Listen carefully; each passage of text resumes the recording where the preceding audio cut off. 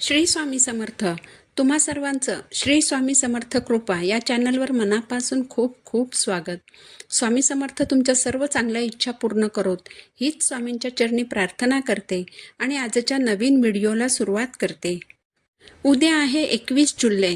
उद्या आहे गुरुपौर्णिमा. प्रत्येक महिन्यामध्ये पौर्णिमा येत असते आणि प्रत्येक महिन्याच्या पौर्णिमेचं महत्त्व वेगवेगळं असतं. यामध्ये गुरुपौर्णिमा ही अतिशय महत्त्वाची मानली जाते. गुरुपौर्णिमा म्हणजे आपल्या गुरूंप्रती कृतज्ञता व्यक्त करण्याचा दिवस. या दिवशी गुरूंची सेवा केली जाते, आशीर्वाद घेतला जातो. पौर्णिमा ही तिथी माता लक्ष्मीला समर्पित आहे. पौर्णिमेला माता लक्ष्मी आणि भगवान विष्णूंची मनोभावे पूजा केली जाते. पौर्णिमेच्या दिवशी लक्ष्मी नारायणाची एकत्रित पूजा केल्याने आर्थिक समस्या दूर होतात, घरात सुखसमृद्धी येते. असं म्हणतात की या दिवशी माता लक्ष्मी पृथ्वीवर भ्रमण करत असते. पौर्णिमेच्या दिवशी लक्ष्मी मातेला आपल्या घराकडे आकर्षित करून घेण्यासाठी काही महत्त्वाचे उपाय केले जातात. तर असे काही उपाय आपण या आजच्या व्हिडिओमध्ये जाणून घेऊया. यासाठी तुम्ही व्हिडिओ शेवटपर्यंत पहा. चॅनलवर नवीन असाल तर चॅनलला सबस्क्राईब जरूर करा. आपल्या घरात काही वस्तू अशा असतात त्यांना लक्ष्मीचं रूप मानलं जातं. अशा वस्तूंपैकी एक वस्तू म्हणजे आपल्या घरातील झाडू. आपल्या घरात आपण जो झाडू वापरतो या झाडूची पौर्णिमेच्या दिवशी पूजा करायची आहे. यासाठी झाडू स्वच्छ धुवायचा. तर दिशेला एक लाल रंगाचं कापड अंथरून त्यावर हा झाडू ठेवायचा. झाडूला हळद कुंकू अर्पण करायचं, अक्षता अर्पण करायच्या. एक लाल रंगाचा धागा घ्यायचा, त्या धाग्याला 3 गाठी बांधायच्या आणि जिथे झाडूची मूठ असते म्हणजे जिथे झाडू आपण पकडतो त्या ठिकाणी हा धागा 3 वेळा गुंडाळायचा आणि माता लक्ष्मीला प्रार्थना करायची की माझ्या घरात अखंड वास कर. माझ्या घरात दर महिन्याला पैशाच्या स्वरूपात जी लक्ष्मी येते ती स्थिर राहू दे. या उपायामुळे आपल्या घरात पैशाच्या समस्या उद्भवत नाही. पौर्णिमेच्या दिवशी झाडूची पूजा केल्यानंतर त्या दिवशी हा झाडू कचरा काढण्यासाठी वापरायचा नाही. हा झाडू दुसऱ्या दिवशी वापरायचा. दुसरा जो उपाय आहे तो 11 लवंगांचा उपाय आपल्याला करायचा आहे. लवंग माता लक्ष्मीला अतिशय प्रिय आहे. तसेच लवंग माता लक्ष्मीला अर्पण केल्यामुळे माता लक्ष्मी प्रसन्न होते. यासाठी 11 चांगल्या अखंड लवंग घ्यायचे आहेत. यानंतर देवघरासमोर बसायचं. बसायला आसन घ्यायचं. लक्ष्मी मातेसमोर तुपाचा दिवा लावायचा. 11 लवंग उजव्या हातात घ्यायच्या. महालक्ष्मी अष्टक म्हणायचं आणि हातातील 11 लवंगांपैकी 1 लवंग माता लक्ष्मीला अर्पण करायची. यानंतर उरलेल्या 10 लवंग हातात घेऊन दुसऱ्यांदा महालक्ष्मी अष्टक म्हणायचं. हातातील 10 लवंगांपैकी 1 लवंग माता लक्ष्मीला अर्पण करायची.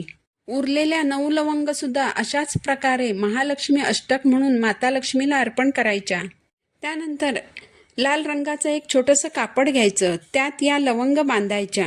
या लवंगांची एक पोटली बनवायची. त्यानंतर ही पोटली आपल्या मुख्य दरवाजाच्या चौकटीच्या वरच्या बाजूला बांधायची. म्हणजे आपण घरातून बाहेर पडताना दरवाजाची जी बाजू आपल्या उजव्या हाताला येते तिथे दरवाजाच्या वरच्या चौकटीवर ही लवंगांची पोटली बांधायची आहे. लवंग माता लक्ष्मीला अतिशय प्रिय आहे. या उपायामुळे माता लक्ष्मी आपल्या घराकडे आकर्षित होते. तिसरा उपाय जो करायचा आहे त्यासाठी 1 चमचाभर काळे तीळ किंवा काळे उडीद घ्यायचे आहेत. सफेद तीळ घ्यायचे नाहीत किंवा उडदाची डाळ घ्यायची नाही. तर काळे तीळ किंवा अख्खे काळे उडीद घ्यायचे आहेत. 2 लवंग घ्यायच्या. अखंड लवंग घ्यायच्या आहेत. 2 वेलची आणि 2 काळी मिरी घ्यायच्या आणि 1 हळकुंड घ्यायचं आहे. हे सर्व साहित्य एका प्लेटमध्ये घ्यायचं. देवघरासमोर बसायचं. बसायला आसन घ्यायचं. लक्ष्मी मातेसमोर भगवान विष्णूसमोर तुपाचा दिवा लावायचा. माता लक्ष्मी आणि भगवान विष्णूंचं स्मरण करायचं. आपल्या कुलदेवतेचं स्मरण करायचं. यानंतर सर्व वस्तू आपल्या हाताच्या ओंजळीत घ्यायच्या आणि आपल्या घरात जेवढे कोपरे आहेत, भिंती आहेत त्या सर्व भिंतींना ओंजळीचा स्पर्श करायचा. यानंतर मुख्य दरवाजाच्या बाहेर यायचं. मुख्य दरवाजावरून या सर्व वस्तू 7 वेळा उतरवायच्या आणि घरापासून दूर नेऊन या वस्तू एखाद्या झाडाच्या मुळाशी टाकून द्यायच्या. या वस्तू टाकून दिल्यानंतर परत घरी येताना मागे वळून पाहायचं नाही, कुणाशी बोलायचं नाही. घरी आल्यानंतर मुख्य दरवाजाच्या बाहेरच पायावर पाणी टाकायचं. त्यानंतर घरात येऊन सरळ बाथरूममध्ये जाऊन हातपाय स्वच्छ धुवायचे. त्यानंतर देवघरासमोर बसून देवाला हात जोडायचे, नमस्कार करायचा. यानंतरचा जो उपाय आहे त्यासाठी एक पणती घ्यायची किंवा तुम्ही कोणत्याही धातूचा दिवा घेतलात तरी चालेल. या दिव्यामध्ये गाईचं तूप घालायचं. गाईचं तूप नसेल तर तुम्ही म्हशीचं तूप घालू शकता. म्हशीचं तूप वापरणार असाल तर त्यात चिमूटभर हळद मिक्स करा. त्यात कापसाची दुहेरी वात घाला. वातीचं तोंड उत्तरेला करायचं आहे. उत्तर दिशा ही कुबेर देवतेची दिशा आहे. यानंतर एक प्लेट घ्यायची. या प्लेटमध्ये आपल्याला तांदळाचं स्वस्तिक बनवायचं आहे. स्वस्तिकवर मध्यभागी हा दिवा ठेवायचा. यानंतर दिव्यासहित प्लेट तुळशी मातेसमोर ठेवायची आणि दिवा प्रज्वलित करायचा. दिव्याला हळद कुंकू फूल अक्षता अर्पण करून दिव्याची पूजा करायची. दिव्यामध्ये 2 अखंड लवंग टाकायच्या आणि माता लक्ष्मीचं स्मरण करायचं.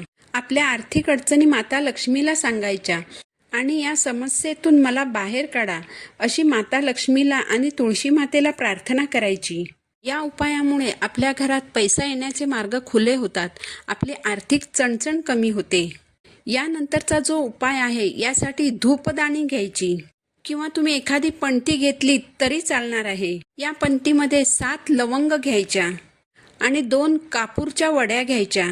यानंतर कापूरच्या वड्या प्रज्वलित करायच्या. कापूर आणि लवंग पेटल्यानंतर त्यातून येणारा धूर आपल्या संपूर्ण घरात फिरवायचा. यामुळे घरातील नकारात्मक ऊर्जा नष्ट होते आणि घरात सकारात्मक ऊर्जेचा संचार वाढतो.